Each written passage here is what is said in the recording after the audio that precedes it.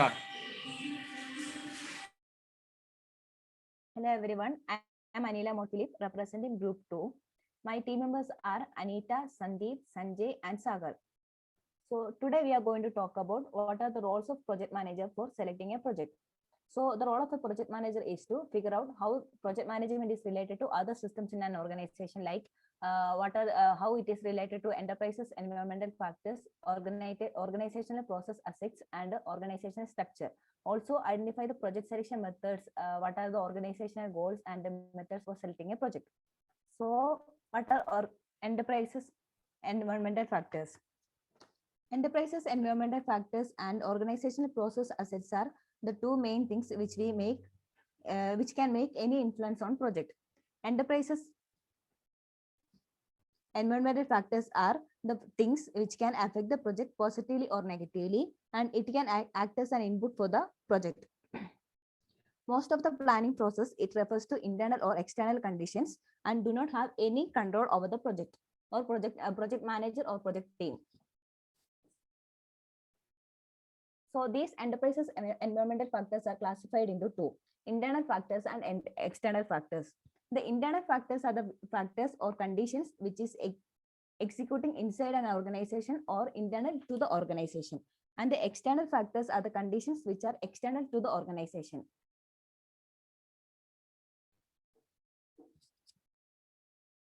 So internal factors include organizational style and culture, policies inside an organization, resource availability, employee capability and performance, communication channels, resource availability, and infrastructure.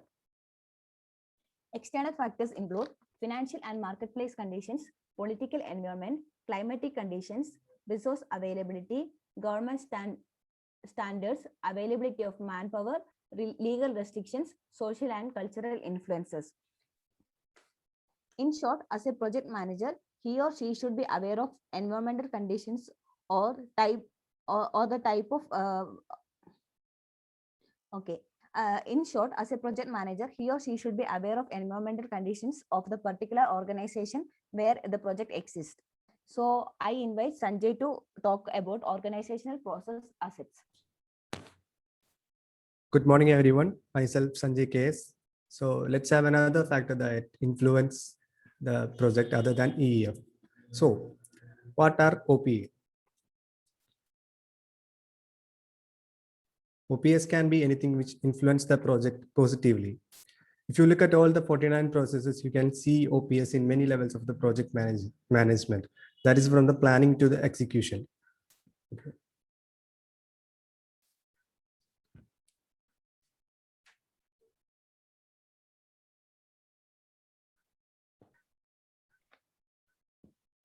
Okay. These are the examples of OPA.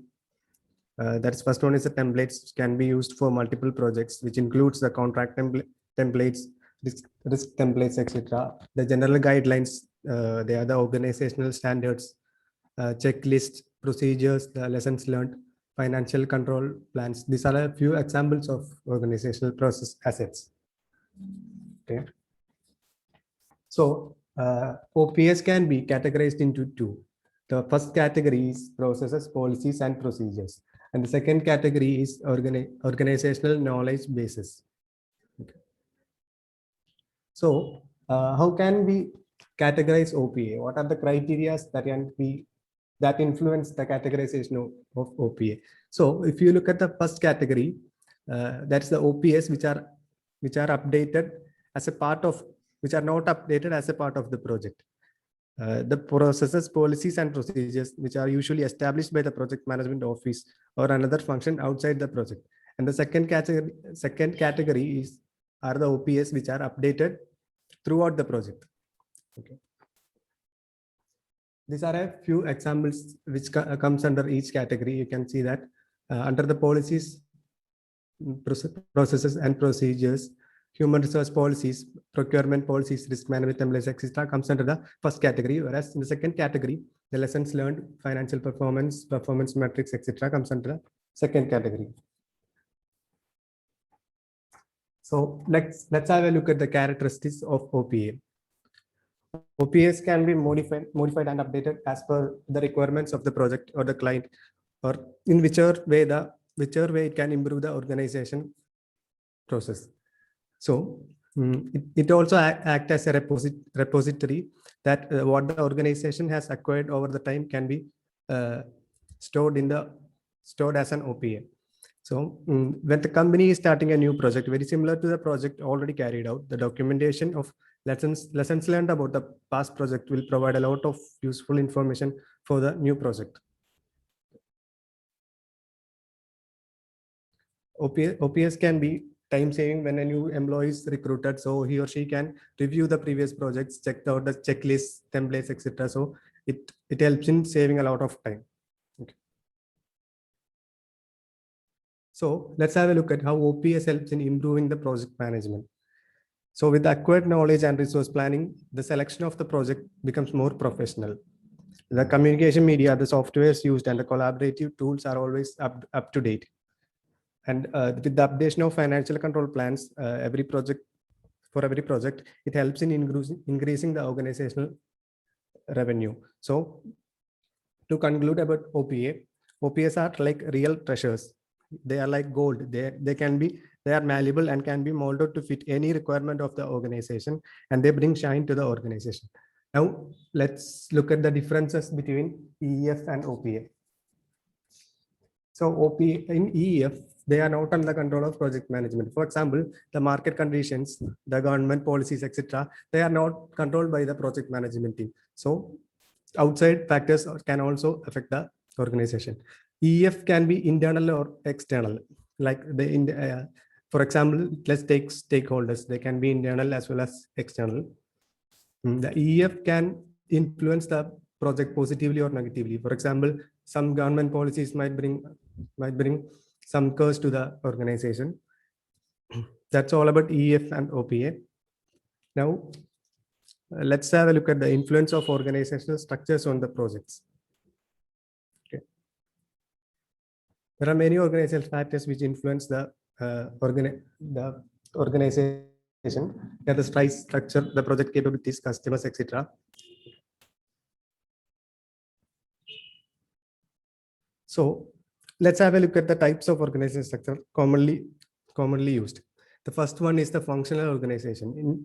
In this type of organizational structures, the full authority is given to the functional manager, and each employee has clearly one superior, and he or she has to report to the functional manager. In this type of organizational structure, the members are grouped by specialty. The main advantage of functional organization structure is that there is a clear reporting authority. Okay. This is an organizational structure of a functional structure. The next organizational structure can be the projectized organizational structure or project-oriented organizational structure. In this type of organizational structure, the project manager has full authority. And the main advantage of this type of structure is that there's a clarity in the accountability. Next. This is the organizational chart for projectized organization. Matrix organization. Matrix organization reflect a blend of functional and projectized characteristics. So this includes 3 types of matrix, that is weak matrix, balanced matrix, and strong matrix. Weak matrix resembles to the characteristics of a functional organization in which the functional manager has more power. In the weak matrix, there can be a project manager, but the authority given to him is very less.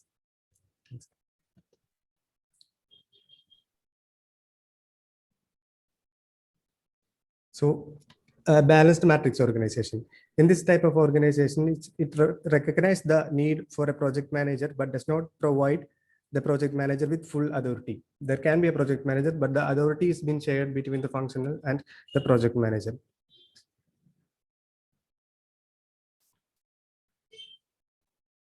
Strong matrix. In a strong matrix has many characteristics of projectized organizational structure.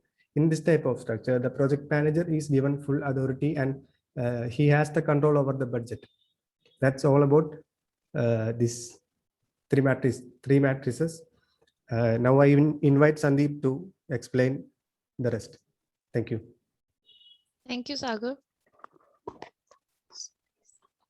Okay, myself Sandeep Kaur Sandhu, and now I'm continue this presentation. Organic or simple organization. This is a very flexible type of organization, and it is capable to adapt changes. Like in market, people work side by side and communicate easily, so they do not have problems, like they solve their problem easily. Manager has little or no responsibility in this kind of structure. He or she may not have designated role in this structure. Owner and operate manager is the person who budget this project. Management administrative staff is also not available in such kind of organization. The resource availability is also little or not available in such kind of organization. Organic organization design deals with the rapidly changing environment. So small business is the example of the organic or simple organization. Okay, this is the this is the chart for the simple structure, like a low departmentalization, wide span of control, authority centralized in a single person, and little formalizations. Okay. So multi-divisional organization. In such kind of organization, the firm is separated in different units or departments, or they can work independently. Project manager has do not any responsibility and also do not have any designated role in such kind of organization. Functional manager is the person who take care of the budget, and there is no resource is available for such kind of organization. Large or multinational companies use such kind of organization structure. Okay. This is the chart for multi-divisional structure. Like there is chief executive officer and different departments, and further divided in division, and more subdivided in finance, production, engineering, accounting department. Next. Virtual organization, we also call this network structure. The organization keeps its core business itself, and the rest is the process which is outsources, like use uh, they use different people to do their work, which saves their time and travel expenses for overseas. Project manager has low or moderate authority in such kind of organization. Functional and project manager is the person who share their controls over the budget, and they also do not have any full-time team which report them. This is the chart for the virtual organization. Like there is no departmentalization. They allow people to contract manufacturing, distribution, marketing, that to be done better or more cheaply. In such kind of organization, manager in virtual structure spend their time coordinating and controlling external relations. Okay. Hybrid organization divided its activities into department that can either functional or divisional. In such kind of organization, framework that use more than one reporting structure at a workplace. Both functional and project manager equally control the budget as well as management staff who report them. This structure allow the utilization of resources and knowledge to each function. Hybrid structure is widely adopted by many large organizations. Okay. This is the chart for hybrid structure. Like there is the corporate manager, and further divided by different roles, and more subdivided in different role with the person. PMO, project management office structure. The project manager has full control or power to control the project, as well as he is the person who has full job designated in this kind of structure. Project manager has full responsibility or authority to control the budget as well as resources. Also, he or she had a full-time management team who is working with them. PMO is a mixture of other type of structures. They ensure the team produce unique service or product on time and within the budget. Okay.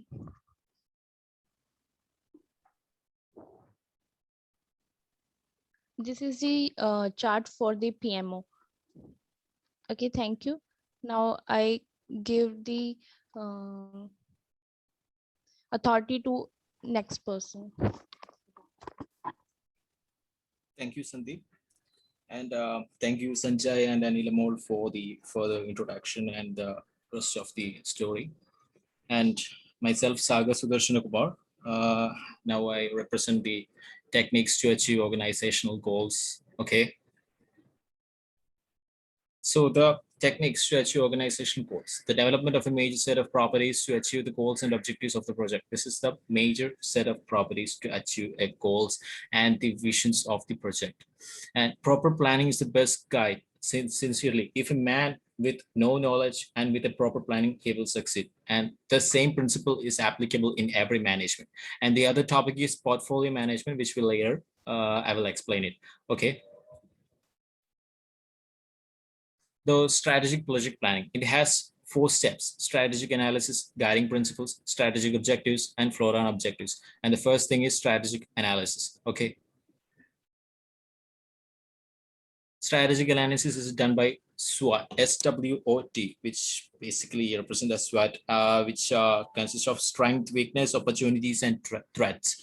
We need to analyze the strength of the management, weakness, opportunities, and threats accompanied by it. So this will enable us to find a greater resolution or a greater solution to focus on their strengths and weaknesses and to overcome it. It also focuses on the element which are under the control and elements which are less in control of the projective. Okay. And the guiding principles. The guiding principle, the objective is to create a vision and go for it.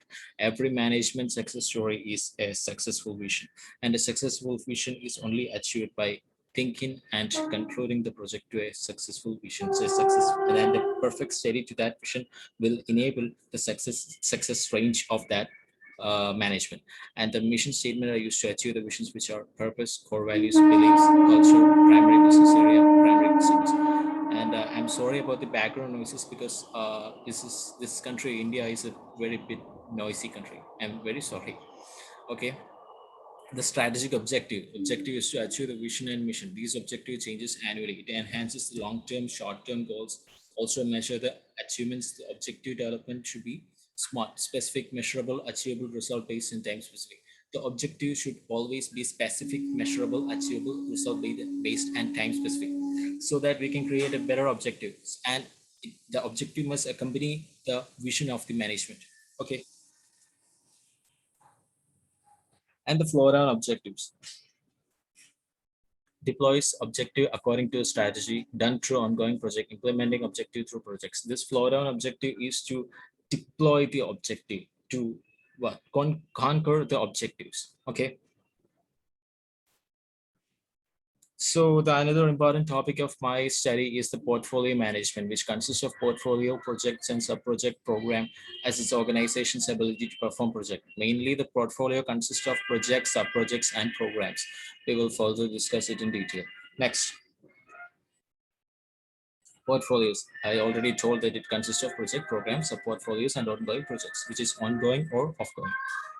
Okay. Programs. The programs consist of the projects and sub-programs and activities. These are always project of less duration in a program. They are managed above the project managerial levels. The program consists of the project, which is of less duration and of long duration, and it also consists of sub-programs, that is subdivided programs. Okay. And the project portfolios. It is a collection of project needs to be managed simultaneously. In some cases, the project need to be managed at the same time. I mean, more than one projects need to be managed at the same time. So the portfolio management are done by identifying, resourcing, prioritizing, selection, and governing. The portfolio management should be identified and need to get more resource to it, and it should be prioritized, and the selection should be given, and it should be governed by a proper management skills. Okay. And the projects and sub-projects. I already told you that the project is a small event which needs to achieve a temporary objective or a permanent objective. Mostly it's a temporary objective. So the project manager will manage the sub-projects, and dividing into multiple sub-projects will develop the ease of the management. Okay. So this is the relationship between portfolio, program, project, and sub-projects. The projects and projects will come under the program, and the program will come under the sub-portfolio, and the sub-portfolios will come under the portfolio. So the portfolio is a mix of sub-portfolios, programs, sub-programs, and projects. Okay.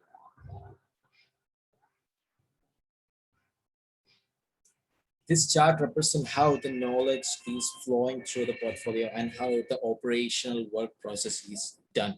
The project portfolio consists of knowledge building projects, option development projects, and implementation of the project. First, the knowledge building projects. It consists of concluding all the knowledge about that particular project and the options development of the project.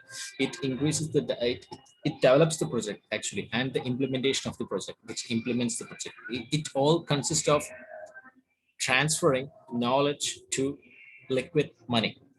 Okay.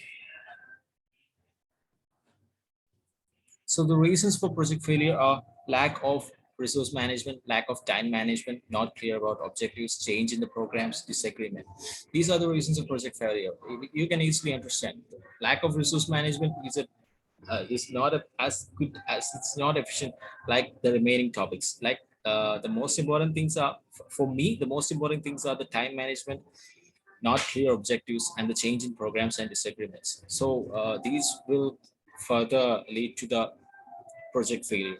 Okay. Assess organization ability to perform project, which is foundation, leadership, and external environment. These are the organization ability to perform a project: foundation, leadership, and external environment. Okay.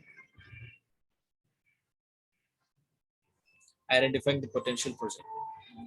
In the identifying of a project is a must thing to do in concluding, in developing a further managerial way to create and implement and execute the potential project. So market demand is the first thing. We need to identify the market demand, what is in demand in the market, and the strategic opportunity, environmental consideration, social needs, the needs of the people, customer requests, the requests of the customers. Customer is the king in every project. Technological advance, legal requirements, summarize the work importance of the product. Okay.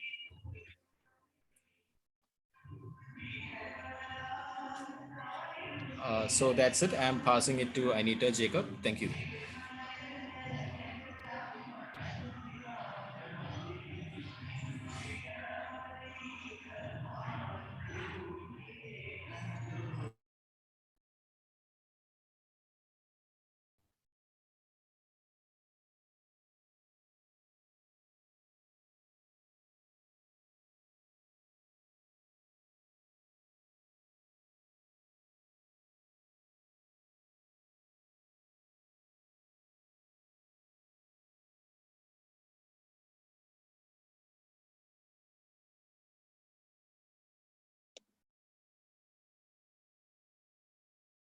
Next.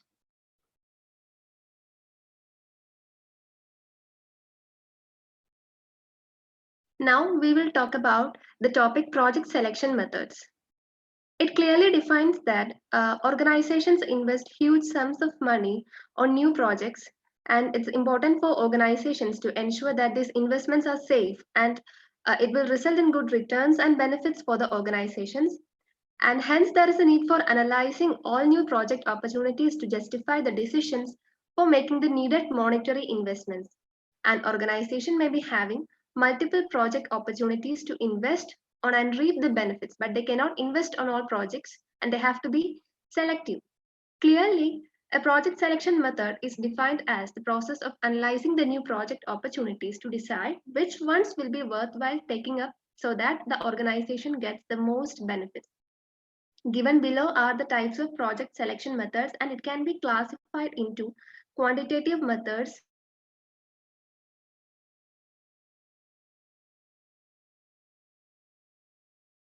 and the constraint optimization methods. Okay.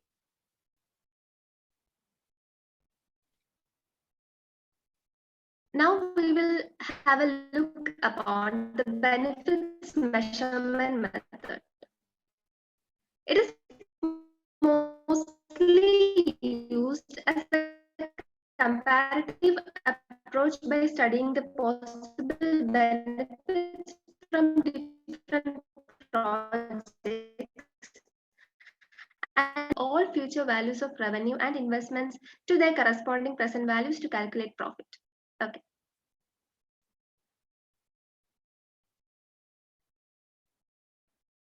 Next.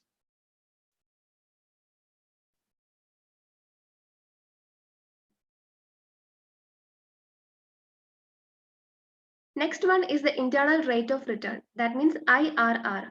It is the interest rate at which the net present value is zero, attained when the present value of outflow is equal to the present value of inflow. And in terms, it can be defined as the annualized effective compounded return rate or the discount rate that makes the net present value of all cash inflows. It can be both positive and negative. And it is simply called as the maximum expected return on money from a given project and is used to select the project with the best profitability. Next.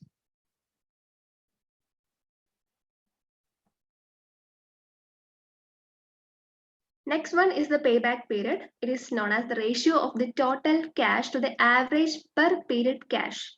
It is the time necessary to recover the cost invested in the project. And it is a basic project selection method. As the name suggests, the payback period takes into consideration the payback period of an investment. And it is the time frame that is required for the return on an investment to repay the original cost that was invested. And we know that the calculation for payback period is very simple. And some of the limitations of this method are it does not consider the time value of money, and its benefits accrued after the payback period are not considered, and it focuses more on the liquidity while profitability is neglected. And the risk involved in individual projects are also neglected. Okay.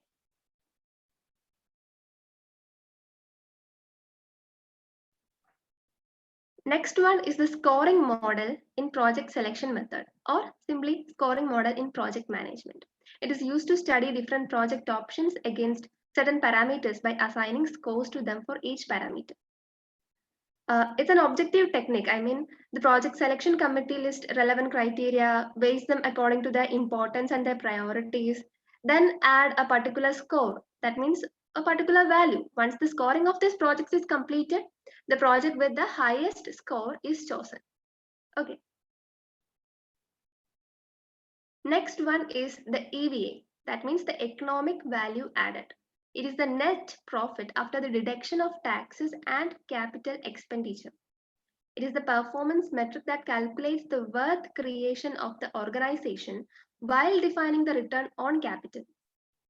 And if there are several projects assigned to a project manager, the project that has the highest economic value added is picked. And it is always expressed in numerical terms and not as a percentage. It should be noted. Okay. Next one is the opportunity cost. It is the cost that is given up when selecting another project. During project selection, the project has the lower opportunity cost. It has to be chosen, and it is also used to study what we lose by selecting something. The loss is calculated. Okay, next. Next one is the discounted cash flow. It is the future value of money will not be the same as it is today. It can be changed always. It's well known that the future value of money will not be the same as it is today. For example, if you could say that $20,000 won't have the same worth 10 years from now. Therefore, during calculations of cost investment, be sure to consider the concept of discounted cash flow. It is very important. Next. These are the simplified equations of these project selection methods. We can see the equations for net present value, benefit cost ratio, that is BCR, internal rate of return, IRR, payback period. Okay. Next, we will go through prioritizing project. Once all projects have been selected, they will need to be prioritized. That is, the decision makers will need to determine which ones will get assigned resources and be scheduled to begin first. And the issues for a prioritizing project as well as the initiation, the urgency of each project should be considered, the cost of delaying the expected benefits from various projects, as well as the practical details concerning the timing. Okay. Given two figures are the examples for prioritization metrics. That means while creating a matrix, we have to orient our team, determine the criteria, and we have to give each of the criteria a weighted value. And according to that, we should prepare the metrics, and we have to score each option and calculate weighted scores for each option, and we have to compare our results with our team at the last. Next. So this is the prioritization metrics in which each of the options have given particular scores.